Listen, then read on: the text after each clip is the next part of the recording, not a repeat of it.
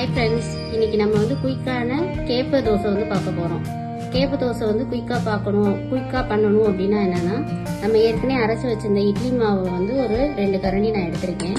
இதோட வந்து நம்ம கேப்ப மாவு இருக்குது பார்த்தீங்களா, அது வந்து நான் சின்ன ஸ்பூனில் தான் போடுறேன். இதில் ஒரு 4 ஸ்பூன் போடுறோம்.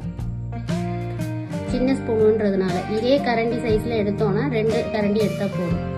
2 கரண்டி தோசை மாவு, 2 கரண்டி கேப்ப மாவு, இதை சேர்த்து கலந்து நம்ம தோசை ஊற்றினோம்னா குயிக்கான கேப்ப தோசை ரெடி. இப்போ இந்த பதத்துக்கு வந்து நம்ம மாவு வந்து இட்லி மாவையும் கேப்ப மாவையும் கலந்து எடுத்து வச்சிட்டோம். ஆல்ரெடி இட்லி மாவில் வந்து நம்ம உப்பு கலந்துருக்கோம். ஸோ அதனால வந்து கேப்ப மாவுக்கு மட்டும் தேவையான உப்பு போட்டுட்டு இப்போ நம்ம தோசை ஊற்றணும்.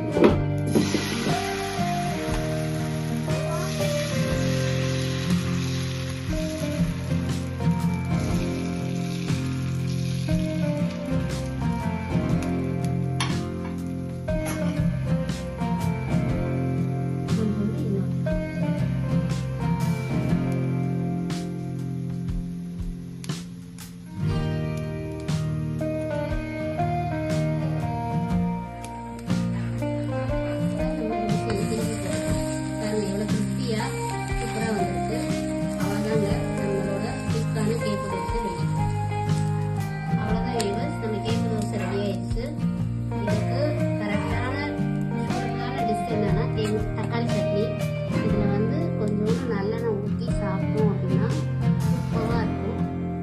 ஓகே ஃப்ரெண்ட்ஸ், இந்த வீடியோ பிடிச்சிருந்துச்சுன்னா லைக் பண்ணுங்கள், ஷேர் பண்ணுங்கள், சப்ஸ்கிரைப் பண்ணுங்கள்.